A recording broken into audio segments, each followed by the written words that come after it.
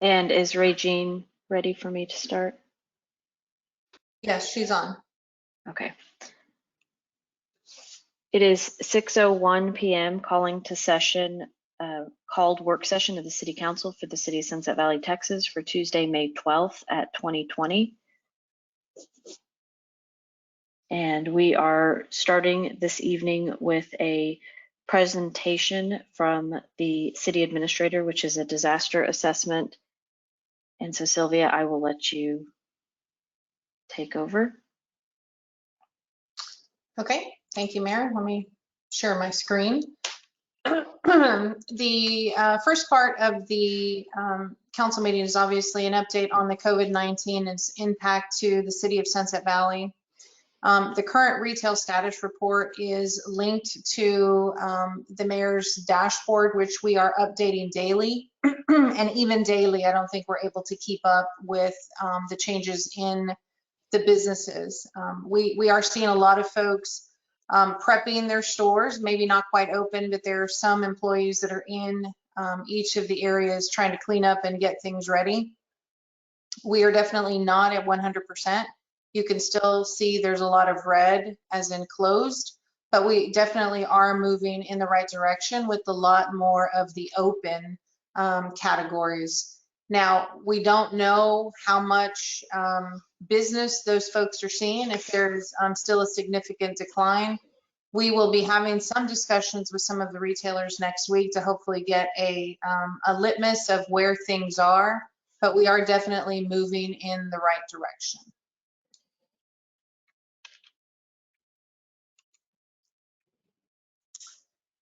So the next item is the revenue report that was received by from the state comptroller. And so I will zoom this in. You can see for the month of March, we had a decline of 23%.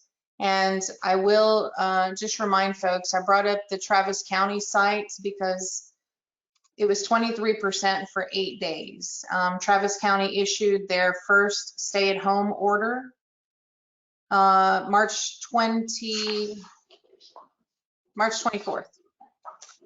That was the first day that the stay-at-home order was issued. So we did have a significant impact to that, and that's 23%. I think in the month of June, we will see what April's numbers actually looked like. And, you know, hopefully they're not the 80%, but if 8 days equals 23%, then one could simply do the math. We have seen some increases in vehicular traffic in the shopping center, so I'm hoping that's also a good sign, and that shows that we are on the road to at least some sort of partial recovery. So our next step internally is, what does that recovery look like? One, how do we help the retailers? But two, what does that mean for the city and operations and those kinds of things?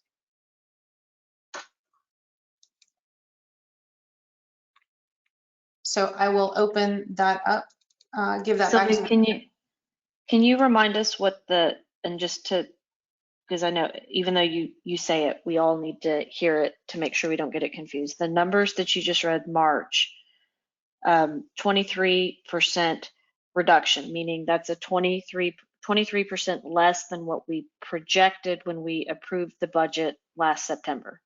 Correct. Okay, and then what? Remind me what the reduction was for February. Yeah. Regine's chiming in over there. Okay. Regine? Are you there? Yes. Am I here? Okay. These numbers are based on actual. It's 23% below what we actually received last year. It's not the budget numbers, and I do not have that information because I was not here on yesterday and did not do that. Great. And so Sylvia and Susanna and Sylvia, if you guys would make sure to consistently, and maybe if we even just give both of those percentages whenever we're talking about it, so that we know the difference between a reduction in actual, which means you're comparing the actual tax revenue brought in from comparing year to year versus a reduction in what we budgeted, or just make sure you use that language so that people know the difference. And the reason that's important is because if we have residents who are actually doing the math themselves based on the approved budget, they're going to be using that projected number, not the actual number from the previous fiscal year. Got it. And then for February, what was the reduction? And that's for either one of you. 11.7% from last year's receipts. Okay, great. And then the only thing that I wanted to add, just as a point of clarification, and let's see if I can get. So I noticed in the feedback today that there were a couple comments about the mayor's projection. And so I just want to be really clear on the record that I did not ever project an 80% loss in revenue for the year. I did write a letter to the community on April 4th, which you can pull and reference. And in that letter, my exact words were currently, and then I talk about that currently our budget assumption is based on our adopted budget. And then I said, as an example, so I didn't even project, I just said, as an example, if we had a total sales tax reduction impact of 80% for April and May. So my 80% projection was only for the months of April and May.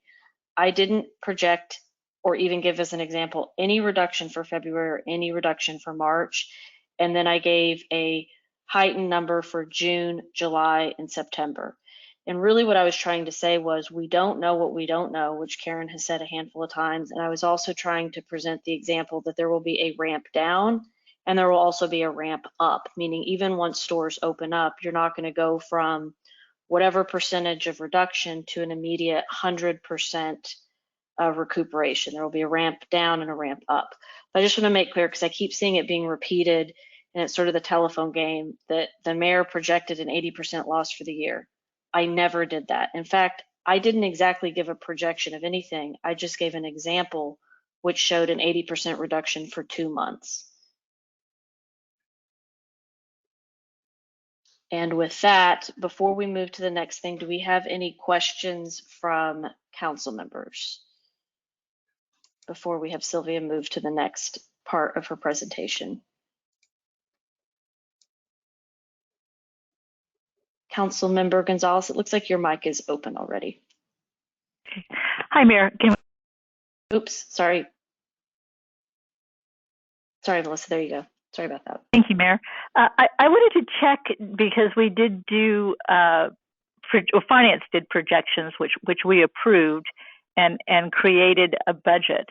And I would like to know, to have read into the record what the estimate was and the way the losses were computed, so that, as you said, we're talking apples to apples. Right. And even on that note, Melissa, there may have been a point where post my letter April 4th, which to me is just dust, that's in the very far in the past based on action council's taken since then, but that might be where that 80%, I'm not actually sure where that 80% projection comes from, or if it's even accurate for council or the committee, the Budget and Finance Committee. But I know it didn't come from me. There were projections given to finance that all the decisions were based off of, and I'd like to have read into the record what those assumptions were. Got it. Do you know, do any of our finance people know?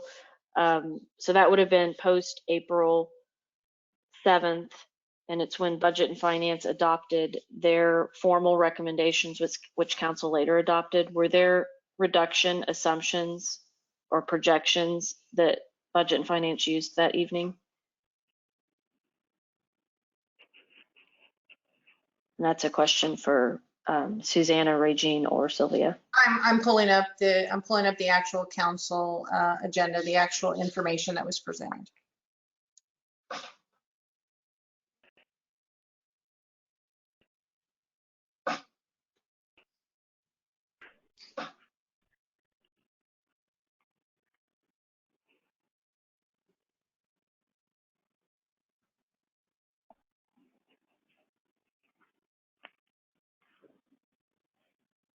Okay, this is the agenda for the first, the meeting date for April the 14th, which I believe was our first work session. the budget projections that were handed over were at an 80% reduction. For what? Because that didn't come from me. So could we just make sure that we're getting it accurate? Who created that and what it was for? That's Regine and I work.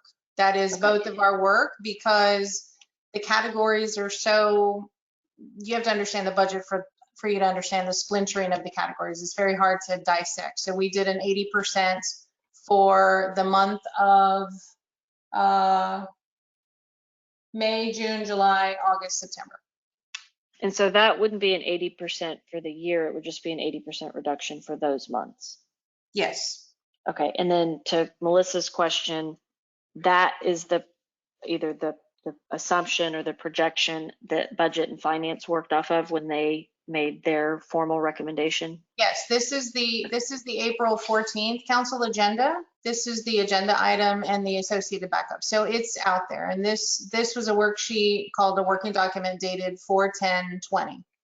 And we did say this was a live document that we were going to begin making adjustments as things improved. And at the point in time, we were at a 288 monthly deficit. Today, we're not at a deficit. And when we begin to add the new sales tax numbers, hopefully that deficit decreases even more. And the transfers back to utilities and reserves and subsidies can come back at some particular point in time. And then right now the committees are working on programs and services. And as those are identified and prioritized, then we look at any staffing components associated with bringing some of those back online.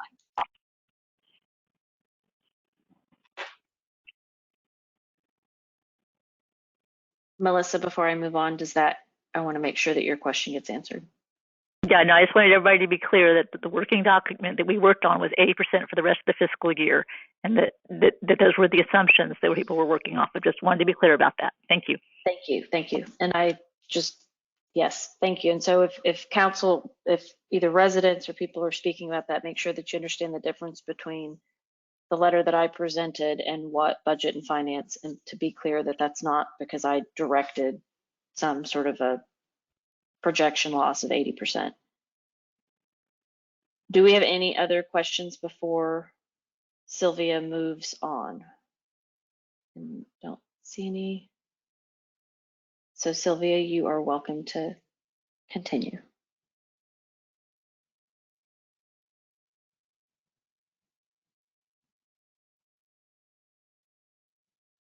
And if you're speaking, I think you're self-muted and we don't hear you. I said, are you going to open it to public comments? We're at item number 4. Have we already gone through? Yes, there were no other questions on the revenues, on the retail report or the revenue report. Okay, so then I would say we're now at item number 5. Because I don't see any hands up to speak to any of those 2 items. So let me do one last call. Is there anybody who, okay, I see Terry's hand up. Terry, you have the floor. You're self-muted. Thank you, Mayor. And thank you for the information prior to me talking. I do want to start off with the pandemic's unprecedented. It's extremely hard to get accurate revenue projections when you don't have any historical precedent, unless you go back to the flu pandemic in 1918, 1919. So it's understandable that the revenue projections were off. In terms of the Budget and Finance Committee, we were told 80%. It was almost an apocalyptic kind of situation. So given that information, we made recommendations that were apocalyptic when it came to city services. The reduction was only off about 23% for March, and it's much better than we expected. We know April sales tax revenues will decline further due to the shelter in place, essential business open, but it may not reach 80% loss prediction. But again, the recommendations Budget and Finance made to council were based on that 80% for many months. The subsequent laying off of staff, programs put on hold, programs canceled, was based on the 80% revenue loss projection that and recommendations from to council. So council was acting in good faith. The canceling of programs at this point, we know that it was an inaccurate projection in terms of revenues, and it shouldn't be true, barring extremely unforeseen circumstances. At the end of the year, April should be our worst month. We're already rebounding in May based on Sylvia's report. So I urge council to reinstate all programs to on hold or suspended status until we know April revenues certain, not projections, but for sure. And canceling programs is just not justified now because the numbers the action we're based on aren't going to prove to be true. We've already seen an indication of that. So I'm urging council to look at the current cut plan that they came up with and revise it, and basically not to, at this point, start adding programs, but change the status. In the case of staff to on hold or suspended, it doesn't make sense to cancel programs now at this point. City council, the staff were laid off based on the budget that what we thought were good projections. I'm really happy that the projections are going to prove to be off because we're already, if not already, we'll soon be having expenses related to staffing needs that are going to require contracting. And contracting, if it were the objective of the council action, it should have been in the motion to lay off staff and voted on by the council, but it wasn't. The council was acting in good faith based on the information they had and recommendations made by Budget and Finance. So at this point, I think council should begin to review its staff reduction and start planning to hire back staff who are needed to perform city services. Thank you all and wish a successful meeting tonight. Thank you. Thank you, Thank you, Terry. Sylvia, have we also, just to dispel some of what I've seen discussed in some of the few emails I've seen, have we changed anything about our contract work? It's not my understanding that we have increased any, or that we have any. Is there anything in the near future where we envision hiring contractors in a way that's outside of what was budgeted last September? No. Councilmember Gonzalez? Yes, Mayor. Is it possible to today during this meeting to find out what the difference would be between the 23% and then what we're down on the budget? If there's somebody who can compute that during this meeting, that would be really wonderful to have that information. That would be a question for Sylvia and or Regine. Let's see. That would be a question, Regine. Yes, so if you give me just a minute, I probably can do that really quick. Greatly appreciated. Helen, you have the floor, but it looks like your personal device is muted. So if you'll unmute yourself, and then you have the floor. Yes, thank you, Mayor. I have comments both for this agenda item and then the next one before it happens. Do I just make them at the same time here? You can yeah, you can do either or, whatever makes more sense to you. Since there's no action tonight, it's a little bit looser of a format. Okay, thank you. I wanted to echo what Terry said, that I think, and I said this in my committee, P&E committee ranking of all of our programs, that I think it would be better to put all of our programs on hold rather than canceling them, because we really have no idea what's happening. And to reinstate a program later and starting from scratch, I'm guessing we would have to go through some formal process. Seems like a lot of work, but if we just put them on hold, then we don't have to use the budgets for any of those programs. So I hope you do consider that. Also, with the new sales tax revenue, that was very heartening for me too. And I do want to say that, and I think I said this in your statements on the web, I've thought the city has overspent for many years, and not as a result of this council, but a lot of years of excess revenue. And we got really loose and free and happy with our money, and we got we got many good things out of it. But this is a really good time to make a real serious evaluation of our spending habits, our priorities, and our next steps, rather than thinking this is all going to come back. It could go as is, but at the same time, we don't want to throw out the bathwater and let the poor baby just sit there dirty. So I really am pleased that the council and the committees and hopefully the residents are looking at the budget. I hope we have a time to do it very carefully and thinking very much about what it's going to be like in the future. Even if we don't know what it's going to be like in the future, I don't think we need to spend as we've done in years past. And so looking at those kinds of extra benefits that we've enjoyed for so many years, that we take a closer look at that. And I do agree with Terry about perhaps rehiring staff, at least till the end of the fiscal year, maybe putting all staff on 10 to 15% salary reduction so that we can get certain things done in the city while we're trying to figure out the budget for the coming year. That's what I have to say about the budget. On the presentation, I really appreciate that you're doing this. I'm one of the world's worst in trying to figure out your meetings, although I'm getting a little better at it. I do have one, it's not a question, I guess it's a comment. When I'm at a P&E meeting and I'm on the committee, you can see all of us if we have cameras on our computers. And so we get to have the benefit of actually, or the person of seeing each other. And that's true for budget and finance, and I have not attended any of the other ones. But the council doesn't do that. And I don't quite understand why you don't let us see you, because I think if we're going to be open and transparent, not having your faces there so that we can look at nuances, so that we can be assured that you're not texting someone or on the phone to someone while somebody else is talking.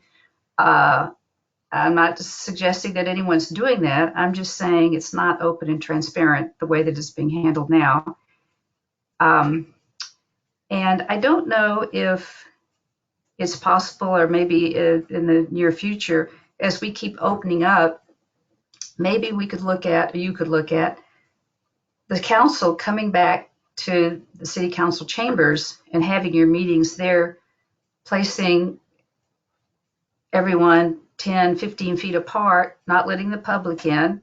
You could have the police there to monitor things.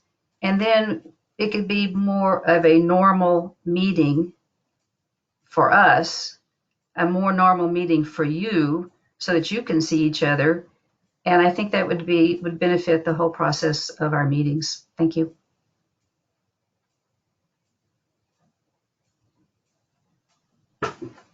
Am I still on? Did anybody hear me? We heard all, yes, Helen, you Okay. are still on. We did hear Okay, your big comments, silence. and it was all very clear. Regine, I saw that you are now unmuted. You had your hand up next. Yes, ma'am. So the percentage that we were short against the budget projection was 9.73, or negative 9.73. And I think maybe, and Melissa can jump in and correct me, I think what she was asking for was if we were thinking there was going to be an 80, if budget and finance adopted or voted on recommendations based on an 80% loss in March, and instead we had a 23% loss, what is the actual dollar difference between 80% versus 23%? Melissa, would you raise your hand if I got that wrong?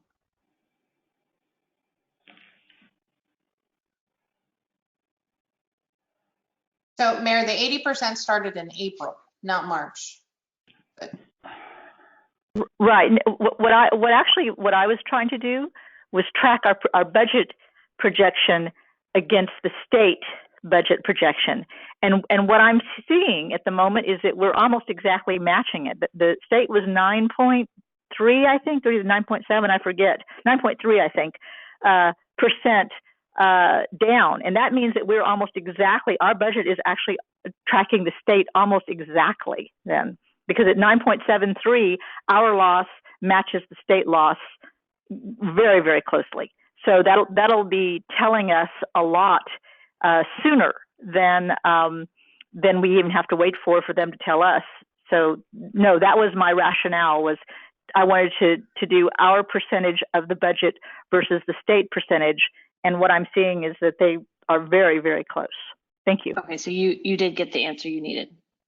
I did, but I also wanted everybody else to hear that answer, that that when the state says they're about 9.3 down, we're also 9.3 down, and that's really significant. Thank you. Thank you.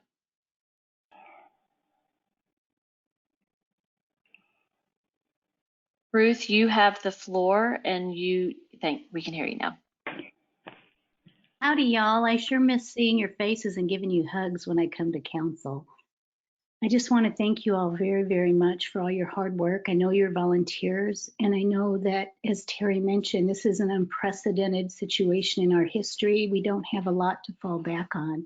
So I know it's very frustrating and stressful. So I just want to thank you for putting yourselves out there, and thank you for spending so much of your time and energy and talents on behalf of this community. We're so grateful, and we're really blessed to have such amazing people in our community that come together and help us all. I want to also echo something Helen said. Is I'm a director of communication for a multinational organization, and I graduated from Moody College. Well, it's called Moody now. It wasn't Moody back then. And and I can't say enough about the ability to see your faces, because every scientific study on communication shows that the content of our message is only 20% of the real communication received by the recipients. The tone of voice is very, very valuable, the pace of speech, all of that. But to see the nonverbals in the expressions and in the environments that you're in and everything, that just conveys so much more to us. And then that's one of the reasons why so many of our citizens are so stressed out, because our human social beings, as we're created, are meant to be with the presence of other human social beings that we're trying to commune with and communicate with. And so to increase trust, not because we don't trust you now, but because the warmth of seeing you and being in the presence as best we can over virtual means just creates all that greater connection. Right now, a visiting scholar, Brené Brown at UT, I've been watching a lot of her lectures online during this season, and the avenues of trust are so much more nonverbal than they are verbal. So I really want to echo what Helen said and encourage you all to let us see your faces, and because it'll warm our hearts to see your faces, and also just really want to express my heartfelt gratitude for the hard work that everyone's putting in. I know our staff, now that they've been cut, are doing lots more hours and are wearing lots more hats. And I'm just so grateful for how much our community is able to be so innovative and so present in a time of need. And it really makes me proud to be in Sunset Valley, and it's an honor to have you all service us in this way. Thank you so much.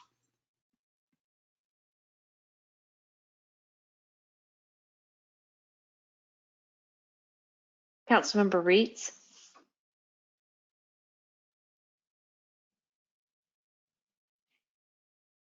Councilmember Reitz, if you're speaking, we can't hear you.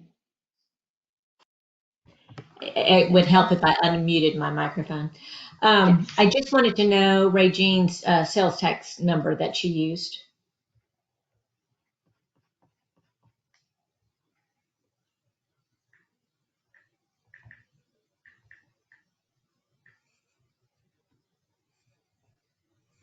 Regine? 387,192. 387 was budget. No, budget number was 343,127. And we received 309,753 for a And difference that's of general fund. Is that general fund? 33,373. So our budget, and you're talking general fund, correct? Yes, ma'am. Okay, 343,127, and our actual receipt was 309,753. That's correct. Okay, thank you. Welcome. Are there any other comments for this portion of the meeting before Sylvia moves on to the next portion? Charles, you have the floor. It looks like your mic is hot, so you have the floor. Hallelujah, I actually remembered to turn my mic on. I hate to rain on anybody's parade here tonight. I mean, we all seem so euphoric about how, the storm is over. My feeling is that we've not seen anything yet, but of course, I'm a negative thinker. I think it's premature to say, to talk about, what was already presented in terms of, maybe the idea of suspending the work rather than canceling projects. I mean, that seemed like a reasonable suggestion, but in terms of believing that, what we had projected is not a realistic understanding of the future, I think is premature. And I also think that 23%, or what later turned out to be, according to Regine, about a 10% reduction in the March figures or the April figures, we have to remember, or March figures, I guess, right? That represents, or the 23%, whatever the number is.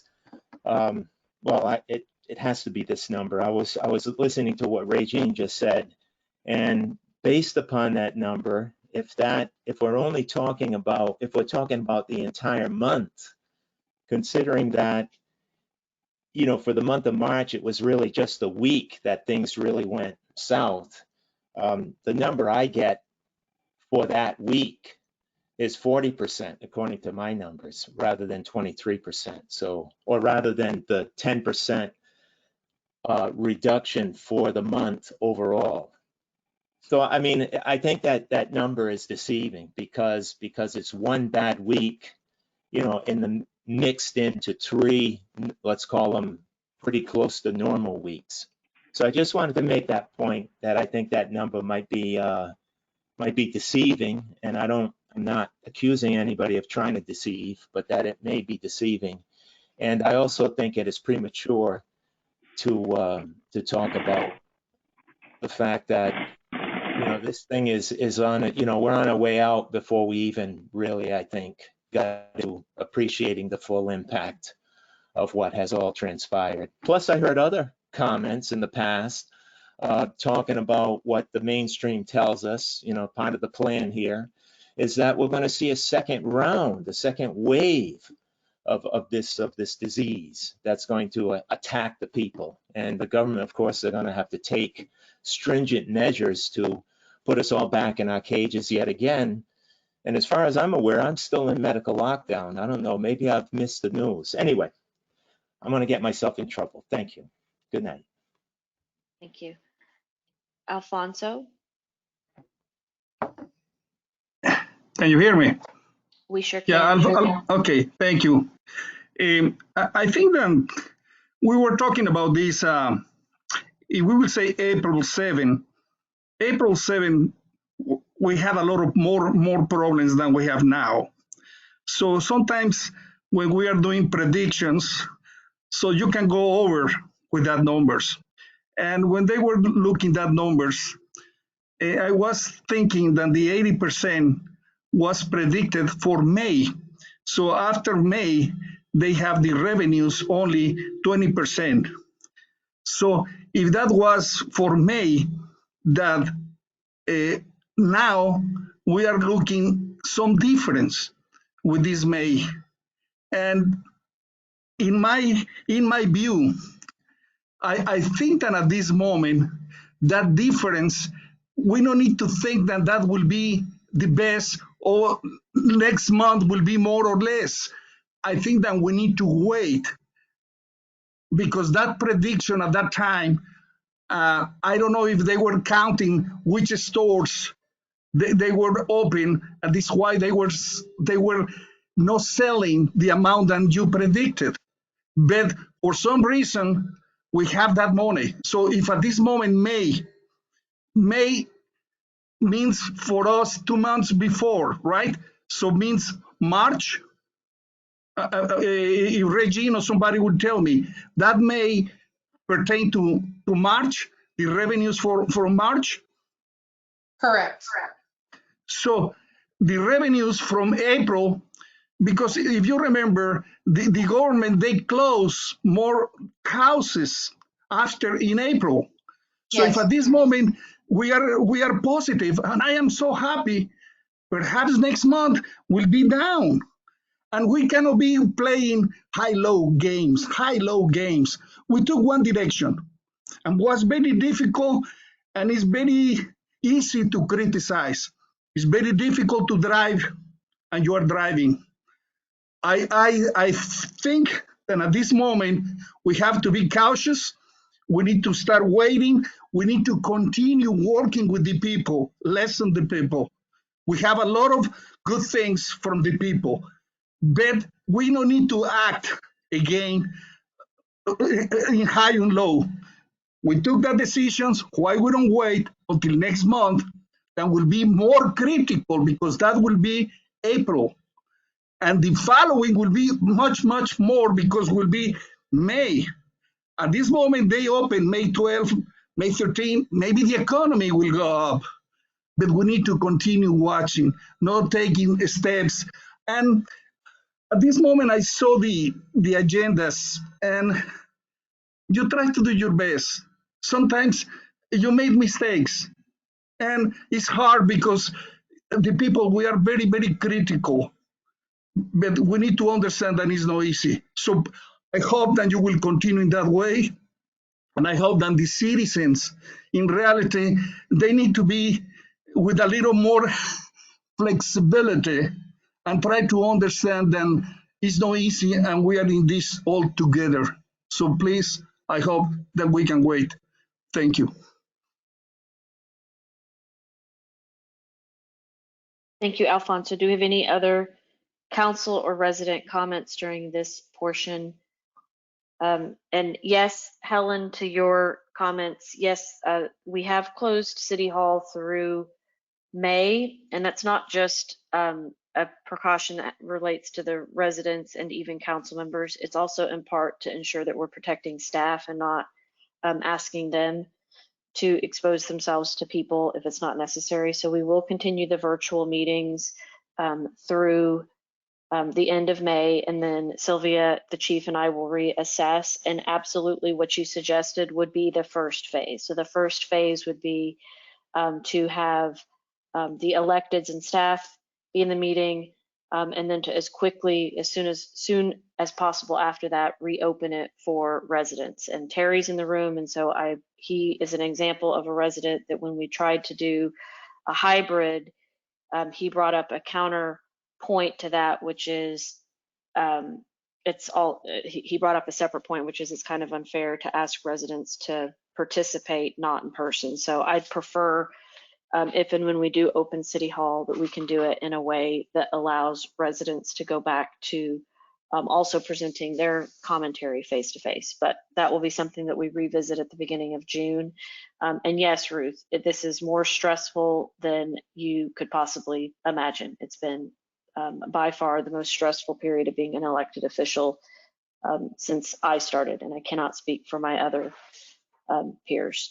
The camera part, we've left that to be optional, so I don't know if it's turned on tonight. My camera is permanently covered, so I don't turn my camera on for any of my business meetings, but it is an option for the elected officials, and so I don't know if it's on this evening. So that option is there if council members want to use it, which is the same thing the committees are doing. So in the committees, you'll see that some of the members are visible and others are not, that it's an option each participant can turn on and off. And with that, Sylvia, if you want to move on to the next portion.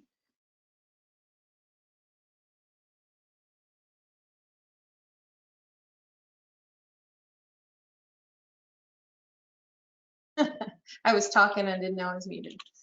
So we're going to jump into the OpenGov introduction. And so this was an eye contact that was sent out a few weeks ago, or maybe a few weeks, so I have no concept of time anymore. And it is the tool that council authorized a few months ago that is going to give us an interactive view of our city finances. This was our soft rollout to get folks introduced into the data that they can dissect and dive into. This will also be the format in which we build the budget and present the budget for interaction by the residents at various points of time during the budget creation. So this is a 7-year history of what we were able to load into the budget of revenues over expenses. And you can see that the columns sort of light up when you pull over them. So I can jump into that report, and it's going to take you to the actual OpenGov site. That is where the real data is stored, and you can drill down to just about any information. Over here to the left are filters. And so if you want to see any expenses related to, let's say, all of the funds, and let's say we want to use expense type, just benefits, for example, or you can see that over all of the departments, these are the benefit categories for staff. And you can drill down even further. There's a percentage change, there's how much, and then the totals. So more granular data than we've ever had available for the residents to be able to dissect and dive into. We are still building. There is a lot of information that's still required. So, for example, one of the items that was asked today by Budget and Finance was one of office supplies. Well, we budget office supplies a little bit different, so we're going to go in and build that granular data to make sure that they're able to see what it is they'd like to see in relation to that. So you can see our salaries from a point in time in 2013 to 2014, and they're even broken down by the person in the salary group. So I'm going to go back to the actual story itself. So we had some questions about, okay, tell me what our revenues have been, and tell me what our salaries and benefits cost, and also tell me about contract and other labor services. So these reports show just that. You're able to dive into what revenues have been received over the same period of years.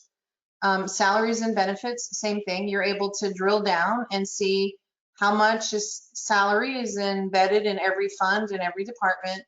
And then also our contractual labor expenses, how much has been spent in the administrative division, in the public works division, in the police division, in terms of contract and other labor services that augment our staffing.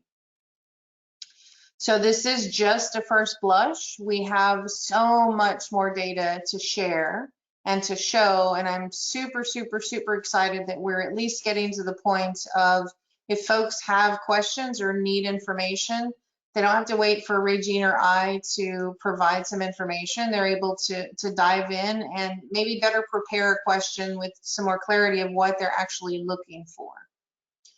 So with that, I will turn it over to any questions the council may have.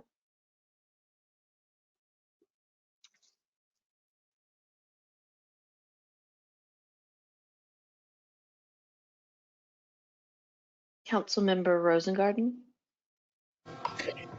Thank you, Mayor. So one thing that happened to me last week is I needed to know information on the budget that we passed last year regarding contributions that we were given to Sunset Valley Elementary, and that was $2,500. So I called Regine and I asked her where in the budget book, because that's the first thing I pulled out is the budget book, looking for it. I knew it wasn't going to be under road repair tab, so I went under projects and I looked there, couldn't find it there. I went through summary, couldn't find it there. And as I said, I called Regine and she says, well, it's under tab number 10. So I went through tab number 10 with her. She directed me to the page it should be at the very top. There's nothing there. She then said, well, it's in the mayor's summary, right behind the mayor's letter in the summary. We went there. She directed me exactly to where it should be. There's nothing there. It's because our budget is given to us before it's finalized with the council.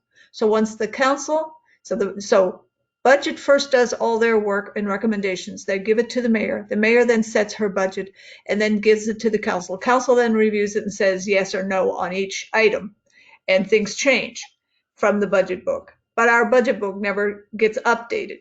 So I'm hoping with this OpenGov that it's a real-time information, that when that process gets noted, it's in OpenGov all the time because it's real-time information. So I don't have to refer to a budget book anymore because I know once the budget is passed, after council has given it its approval, that whatever changes were made are not in the budget book. Thank you.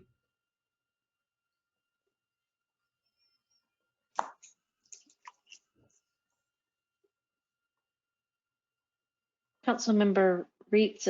Oh, sorry, I just moved on. Councilmember Reitz, you have the floor. Yes, this is the question for our city administrator and Regine. So eventually, I understand we should be able to drill down into the actual checks that are written. So if we wanted to check what exactly were our office supplies, we could drill down and see, oh, those were ink cartridges, et cetera, et cetera. Is that correct? You'll be able to see the invoice. You will be able to see the check image at some point in the future. I'm not sure about the super level of detail of ink cartridges. We can add whatever level of detail if that is what the council so desires. It would just take us building additional tables. It was really just a example. It's really, I wanted to see if we got down to the check or invoice level. Yes, we can get down to the check image level. If you recall, that was a conversation in the initial stages of being concerned that folks could take some of our information, and that information, the routing and account number, will be masked. They won't have any of that information. Right, right, very good. Okay, that would be great. Thank you.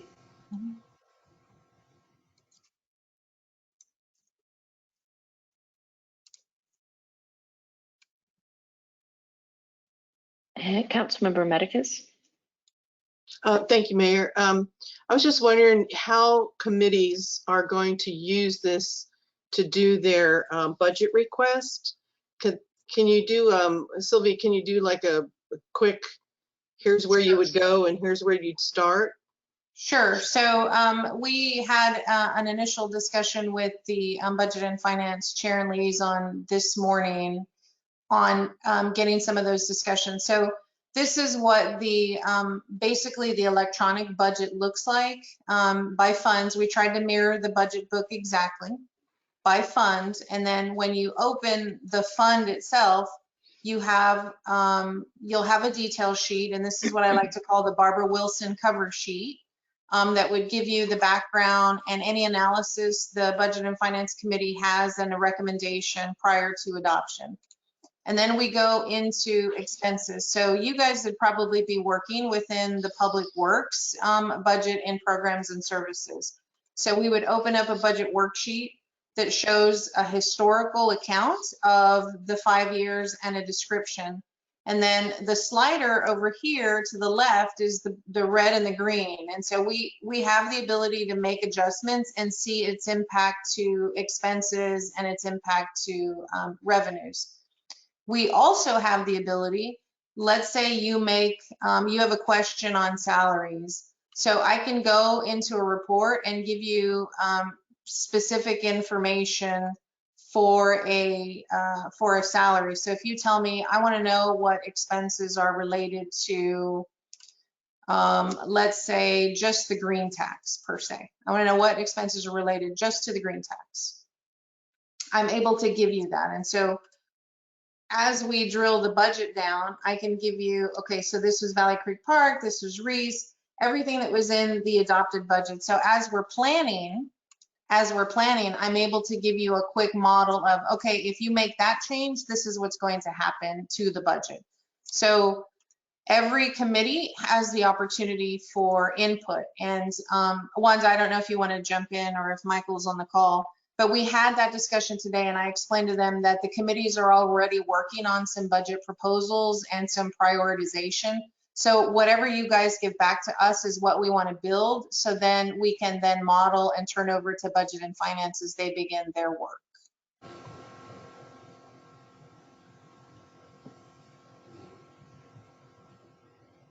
Councilmember Reitz, did you want to add anything? And no, I think this is going to be I think this process is going to feel a little uncomfortable in the beginning, but eventually it'll be very streamlined, and it will be amazing how quickly we can model and do things. And I think this is going to be really, I really look forward to seeing this in action.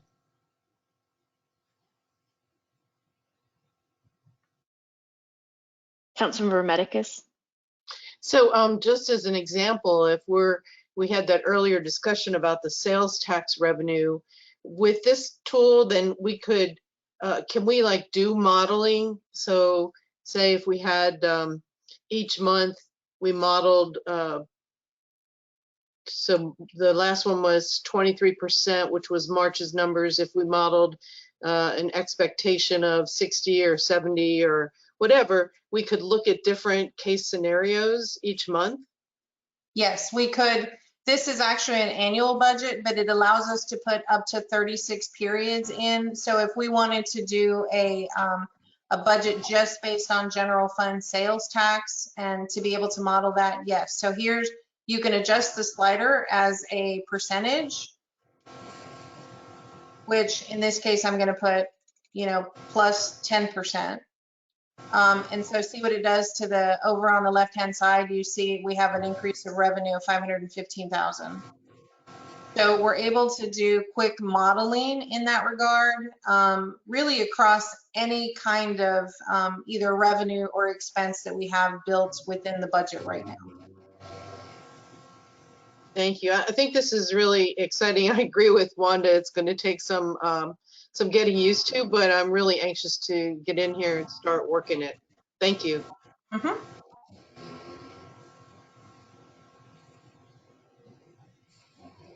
And Wanda, or Councilmember Reitz, did you want to say anything else? I'm going to mute your microphone before I move to the next No, person. it's fine. Is there anything else? Yeah. Councilmember Gonzalez? Mayor, let me just check out some of my assumptions here so that I start there. So my assumption is we're always working off the last year's budget when we're dealing with OpenGov. Is that a correct assumption? We are dealing with the last year's budget. Yes, our base budget is the adopted budget. Yes. Okay, so just for example, when we made a lot of changes to personnel, and we paid for some items out of the budget, like where I was looking for the lovely Susanna's salary in documents and couldn't find them. And I was looking for OpenGov because we were paying for them out of personnel. How would that be notated in the budgets? In other words, I'd like to be able to be sure that when we decide to pay for something out of a different fund, we're not spending the same money over and over. So that's how would OpenGov tell me that? So when we go to on June the 2nd, after the committee work is done and budget and finance has done their last pass through, on June the 2nd, the council will adopt the amended budget for this year. That's going to show up as a column here. And whatever's been zeroed out will be zeroed out, and whatever's been reduced will be reduced. And then you'll see a note over on the right-hand side with the descriptor. Right now, we don't have a a more formalized transfer process, and we hope to change that. So for example, paying Susanna's salary out of residuals of the assistant city administrator, there would be a note that says transfer to, and then you'd see a line item that says that. Right now, we don't have that mechanism, but you will be able to see that. You'll see the assistant city administrator salary stop at 3364, a note right here that says transfer was made. You'll see salary accountant 2 for the second person, and then you'll see that salary start right there. So that So overall, how would I know what the total was? Like, so just again, so we're not, I can imagine that, but where would it tell me that all the things that have been transferred equal X amount, or there's a savings or that? I'm just trying to say that, you know, because we can make a note, but if it doesn't end up totaling up to that amount, I would want to know where that was, just so that we're not spending the same money over and over. true. So you should always equal within the base or the proposed. There shouldn't be a deficit in that. And if there is a deficit, you see the red figure over here, -6% or -100%. Those were just, you know, notes that I made. And then over here on the left-hand side, you should see a surplus or a deficit. We should never be in a deficit piece. Right now, we haven't adopted the amended budget, so it's not shown here. Okay, but OpenGov wouldn't necessarily be in the personnel. That's what I'm trying to say. So that would be somewhere else, right? Because it wouldn't be a personnel cost, but it was charged to personnel. So I was just trying to make sure that strange things like that were accounted for. Correct. You should see, for example, the OpenGov, I think, was also paid out of residual assistant city administrator salary. So there should also be a line item there that says transfer to, and it should be transfer to other or transfer to IT or software, or whatever our category is. But like I said, right now, that happens internally without a whole lot of transparency. We know we're doing it. We know we're balancing the budget. We know we can't spend more than what was allowed at the bottom line. And we do it based on council action. So council approved OpenGov and said, go forth and make it happen. So we found the money within, and I believe it was in the council backup. So whatever's in the council backup where we tell you it's going to happen, you should see it reflected in OpenGov. Okay, I hear what you're saying, but I still don't have the confidence yet about the transparency. So I'd like to put a little note about that's a thing I'd still like to see resolved. Thank you.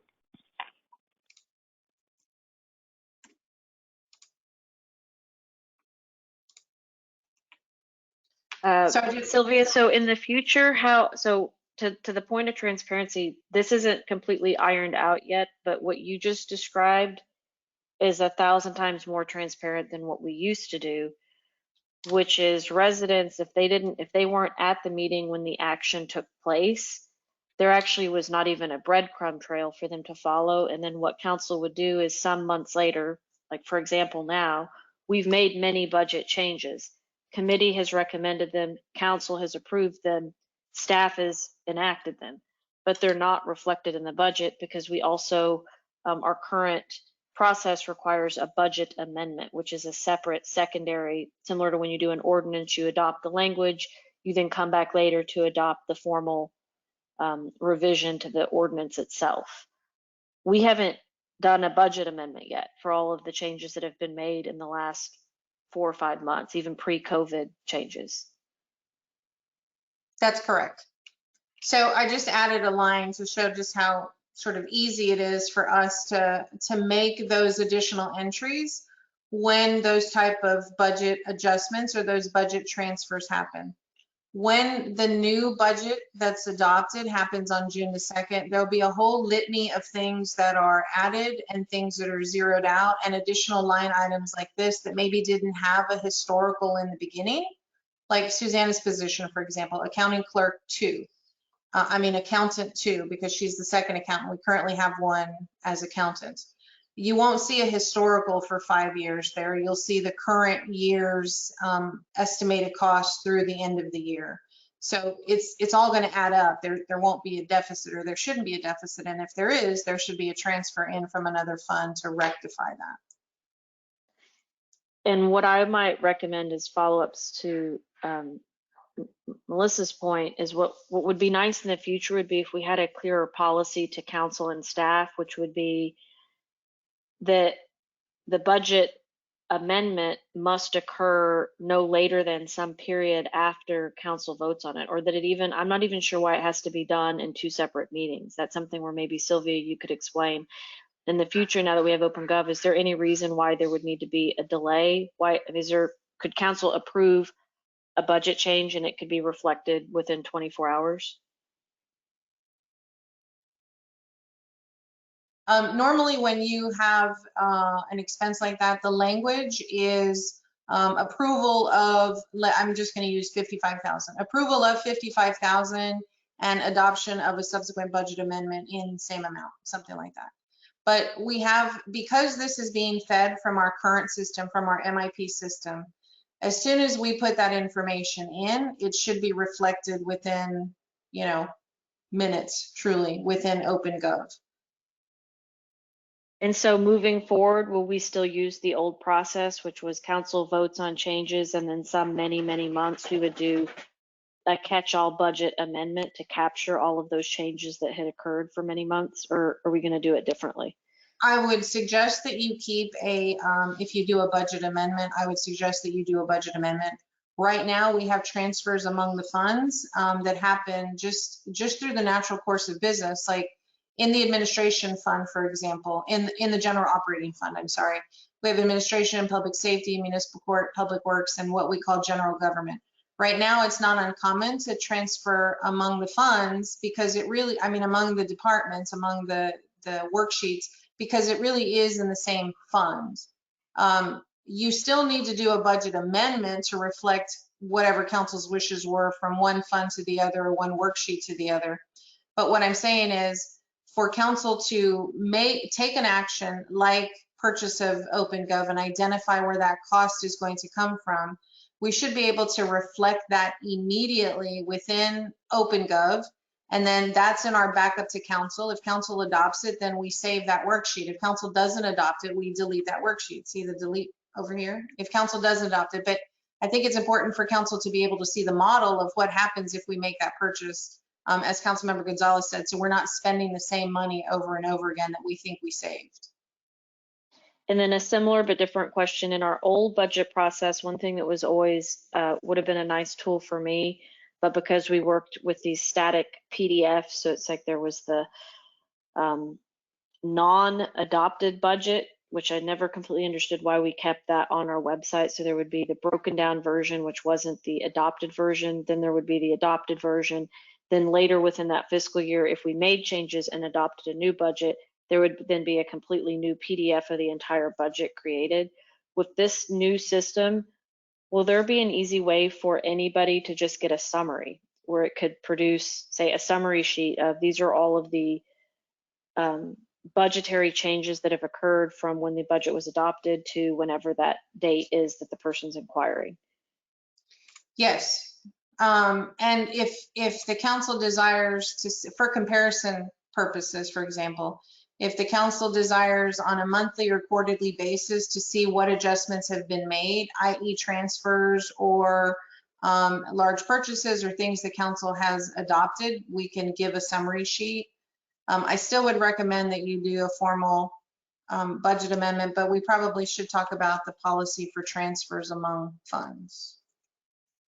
And so is that something that like any resident could do, is they could say, hey, I just want to see what has council and staff done that deviates from when the budget was adopted? Will there be a way for residents to just create their own summary sheet for that? I'm not sure about what you're, so if somebody wants to say, okay, the council adopted this budget, I want to see if anything's changed from what they adopted. Yep. I want to see all deviations, transfers, increases, decreases. I'm sure we could create a report. I'd have to work with you specifically to work that because it sounds like a large report. Okay, so that sounds like a question you don't know. So I would like for OpenGov, for us to inquire to OpenGov if within this tool there is a way for residents to know what did we cut, what did we add from when we adopted the budget. And Okay. I'm really not looking for the internal stuff, although I'm sure there will be residents that want to see that too. I'm looking more for the bigger picture, which is, did you make any cuts from the budget and did you add anything? And that kind of goes to the transparency question of, yes, council says they adopted whatever in September, but that doesn't really amount to much if they turned around 2 months later and added $200,000 worth of unbudgeted projects. There's going to be residents that just want to know, to what extent did council change the budget that they adopted? And I'm curious, with this technology, it seems like there'd be a way to quickly get that information without having to go through the budget line by line. I'm sure we can figure that out. Councilmember Gonzalez, you still have a hot mic. Oh, thank you. The other thing that being that we have new people and new ways of doing things that is particularly interesting to me are when we add new and different people, vendors, and things like that. And so, in terms of transparency, you know, whatever is new in a searchable database would be significant to me, because certainly some of the things that we said we were going to do were for cost savings, and I think it would be good to know, of the new things that we've tried, are we actually saving money in a quick report? And so that would be a thing that I would be curious about. Thank you.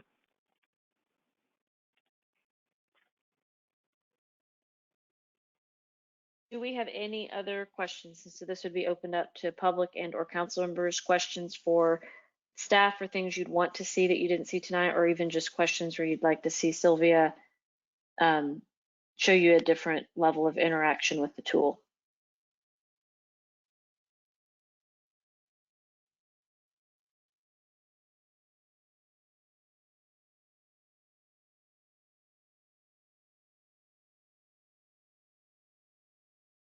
Last call for questions or input from anybody in attendance this evening.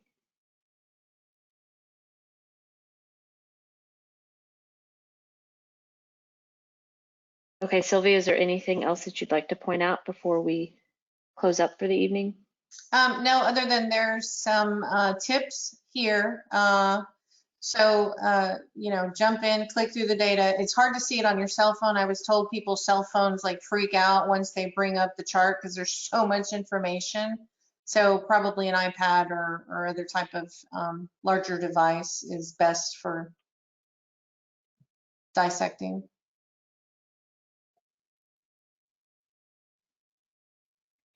Okay, and Sylvia, if there aren't any other residents who want to speak, and Sylvia, if you're done, I will call the meeting and close the meeting for this evening. Council members, is there anything else that you'd like to add or say before we close the meeting?